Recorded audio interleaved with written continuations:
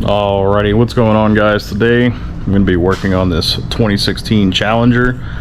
Originally a 5.7 car, now has a 6.4 high compression engine. Should come out to around 13 to 1 or so, running on E85. Car came in, I guess a few months after, or a few hundred miles after he had the engine rebuilt. He lost compression completely on one side of the engine. Come to find out that the shop that put it together put the wrong push rods in it, and that was hanging the valves open. So we're going to be going ahead and dropping the engine with the cradle out at the bottom, removing the heads, putting new heads on it, new valves, etc., and getting this back together. What's going on, everybody? It's Matt from Night and Day Performance, and as Tristan just explained to you, this vehicle known as Black Betty is now in for surgery. We're getting the engine ready to be dropped out, and as you can see behind me, Tristan's getting the exhaust taken loose. Why is he doing that? Because we're going to pull the entire assembly down from the bottom. That's normally how we do these processes. We actually loosen the transmission, the engine subframe, bring it all down as one assembly so we can get everything inspected, get everything torn apart, get everything torqued back the way it should be, and get it all back in the car. So basically what he's going to do now is he's going to go ahead and get the exhaust removed, the drive shaft removed, get the wiring harness completely removed from the engine, from the transmission, make sure there's no power steering lines, no trans lines, no anything in the way, and he's going to get that lowered down. So what we're going to do now is we're going to go over what happened and why we're here, why we're at this point, and why the engine that only has about 400 miles on it is getting pulled back out of the car. And short and simple is somebody didn't do it right. As always, we tend to find other shops in Houston that are trying to get to the Hemi level and start working on the Hemi engines, and they just throw them together and hope for the best. That's not how you're supposed to do it. Black Betty ended up having an issue, as was stated earlier, with the push rod length. The push rods were too long, causing them to hang open the valves. So if you guys don't understand what's happening when we're saying that, on top of the motor you have cylinder heads. Cylinder heads sit on top of the block. There's pistons inside. Pistons travel up and down, which is compressing the air. You have injectors that spray through the heads, which introduce fuel into this compressed air mixture, and then you have a spark plug that's going to ignite the mixture of the fuel and air, which is what causes the combustion process that pushes the piston back down. That's where you get your power from. So you get it from there, you get it from your cylinder size, several things go into play for this. But breaking down the components as simple as I can, you have a piston, you have a cylinder head, you have the engine block, you have valves. Valves are in the cylinder heads and they open and close. The intake side opens to let air in. The combustion process takes place. The exhaust valve opens to let it out. But if you have the valves stuck open a little bit, one, you can have the piston smack the valve, which can cause catastrophic damage, or you can have, in this case, the pistons are going to be moving up and down, but they can't compress air if the air is coming back out of the intake and out of the exhaust. That's what happened. That's what we're dealing with now, along with the other problems that we'll find along the way as you progress and see the video go. So what we're going to do now is we're going to get the engine pulled out of the car, get the cylinder heads taken off, and while we were doing that, while we were doing the initial inspection, we found out that the cylinder heads were ported by hand by the shop down in the Valley of Texas, and they didn't do the porting process right. Now, a lot of people that are on here, if you are familiar with CNC porting or hand porting of cylinder heads to increase the flow, you'll say that I might be overreacting. However, there's a big key factor. When they did the porting process, they broke through on the chambers into some of the water jackets. They had to put sleeves in, and they put epoxy in the ports. One, now we have something introduced into the cylinder head that's not a smooth flowing surface anymore.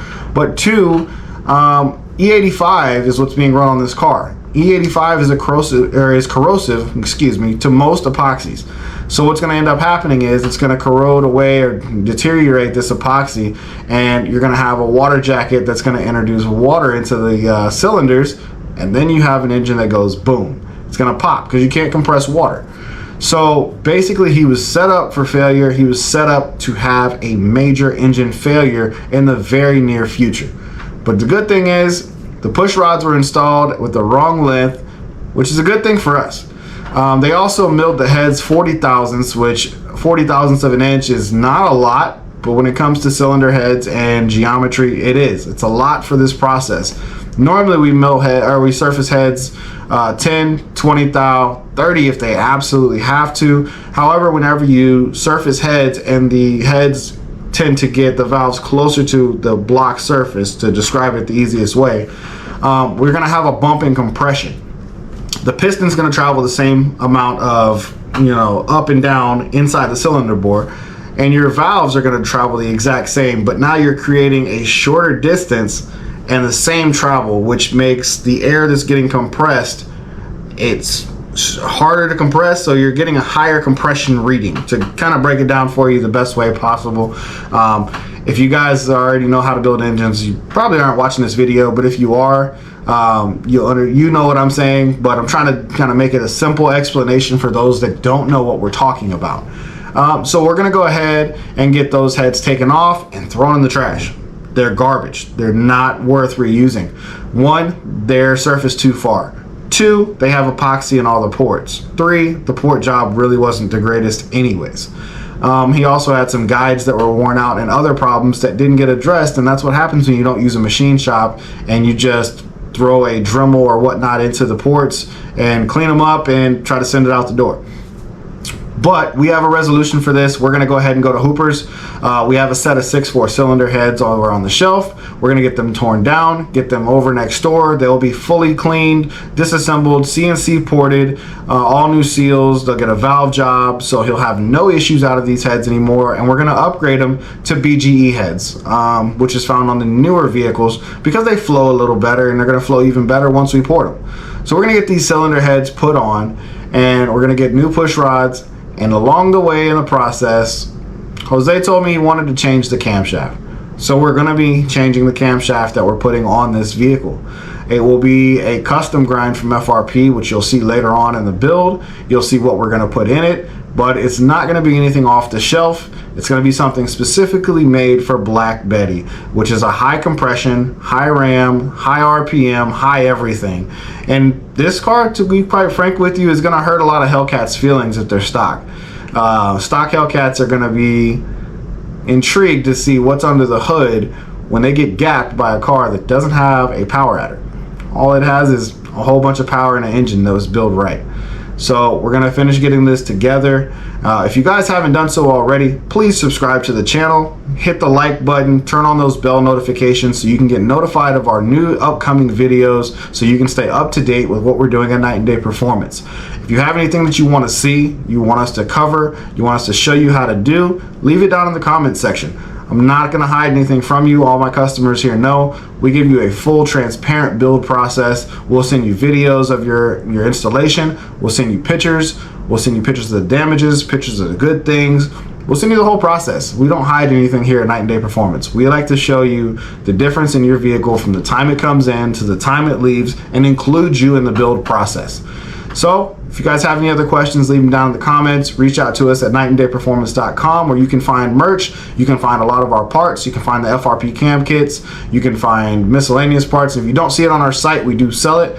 If it's for the Gen 3 Hemi or for your LS platforms, we have it. We sell it. Just shoot us a message and we can get you invoiced for whatever you need at a better price than what you're going to find anywhere else on the internet. And we do price match with any other reputable competitor, as long as they're reputable and the kits are, the same thing of what we're getting. Only thing we don't price match on are our FRP cam kits, because you have to pay the price to have the best cam kit on the market. So you're gonna have to pay a little more if you want to get an FRP cam kit. Sorry to tell you that, but if you want to be the best, you got to pay to be the best. So we're gonna jump back over. Tristan's gonna finish getting this torn down, and he's gonna have the assistance of Cam, our other tech. They're gonna get the motor taken out. They're gonna get the motor torn down. And we're gonna go into our next video, which will be fixing the problems that we have and getting Black Betty back together, back ready to go out on the streets and start having some more fun. Well, I'm out. I'll catch you guys on the next one. You guys have a beautiful, blessed day. Night and Day Performance is out. My guys are gonna continue working in the background. Catch you guys on the next one.